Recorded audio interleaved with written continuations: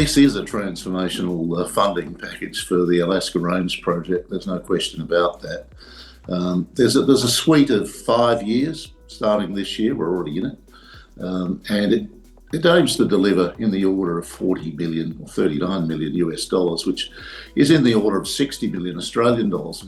Bear in mind, PolarX's market capitalisation at the moment sits at around 40 billion, so it's quite a big step. I think the thing that's most important is who it's with.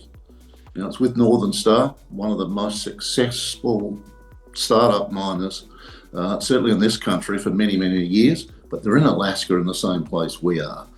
So they're already there, they're already operating, they know how to build these things, they know how to mine these things. So it's not just generic money, it comes with a partner who's active in the region, and it seeks to ultimately create something that's big enough to make a difference for them as well. So it's one of those win-win kind of deals. They get an exploration team and a massive package of land, which we sit on. Our exploration team headed by Dr. Jason Burton, who's out there right now, and we get a partner who can actually run the distance and create a mine at the end of this joint venture, is the aim here.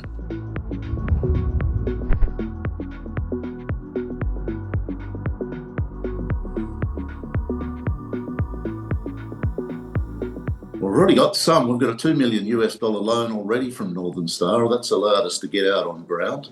So the team are out there now. They've been there for weeks. We run 24 hours a day while we're drilling on site because it's daylight nearly all day in Alaska this time of the year. That will be followed when shareholders meet for PolarX in the next few weeks to approve the transaction, another $3 million US.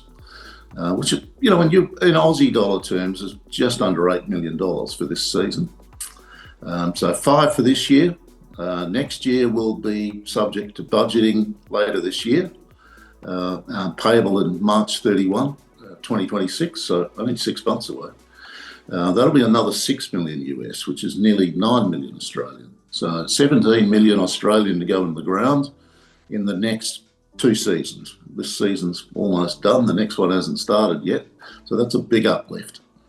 Year 3 is 8 million US, or nearly 12 Aussie, and years 4 and 5 are both 10 and 10 US per year, which is $15 million Aussie per year. So they're big licks.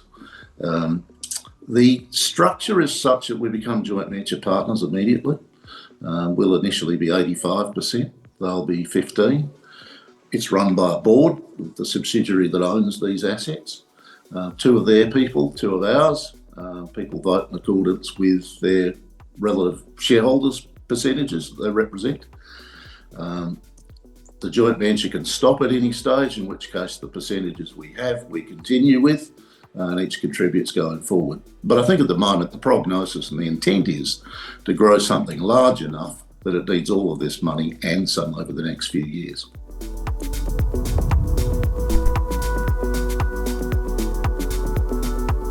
Again, good question. We've been very busy for the last 6 weeks or so, with a few weeks still to run until it starts snowing.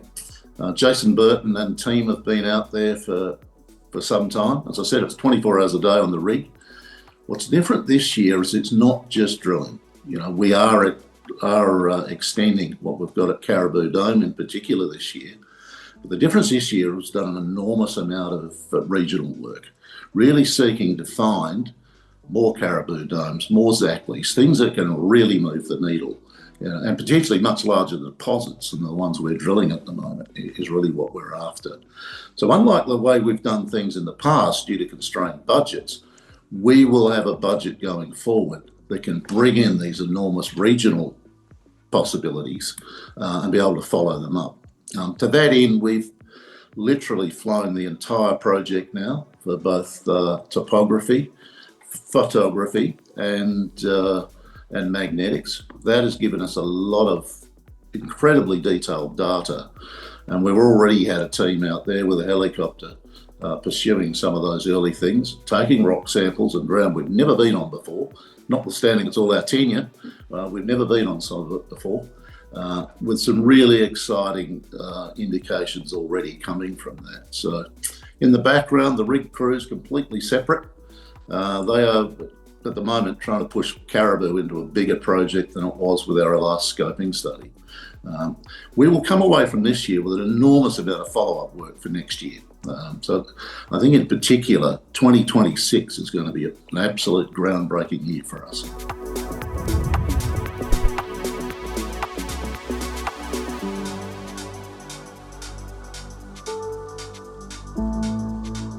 Well, those two specifically, we have a sort of an in-house promise together with Northern Star that we turn up a project that's at least 30,000 tonnes of copper equivalent per year for 10 years or more.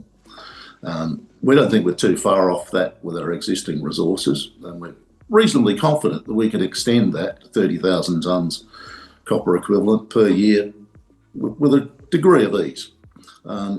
In gold terms, that would be about 100,000 ounces of gold equivalent, if you like, over the same 10-year period. So it doesn't need to be enormous. And the reason it doesn't is we are on spectacularly good copper grade. We have 5% copper from surface at Caribou Dome. And the more of that we can find in one place right now, the better, right? We already know from the scoping study work we did last year that you can effectively, at current copper prices, pretty much pay for a plant in the first year, and all the rest is home free, where you're just banking the money based on operating costs, not having to pay plant back any longer. So, it's a very, very robust project because of the grade. Of course, bigger is better, and that takes money to make it bigger, and that's what we're about at the moment. Outside of that, as I said earlier, let's not forget the regional scale. We've never had a budget to do that before. If you're going to find a monster, you need a budget to do that. And we are set about as early as we can to get out there and find something even bigger on our tenure at the same time.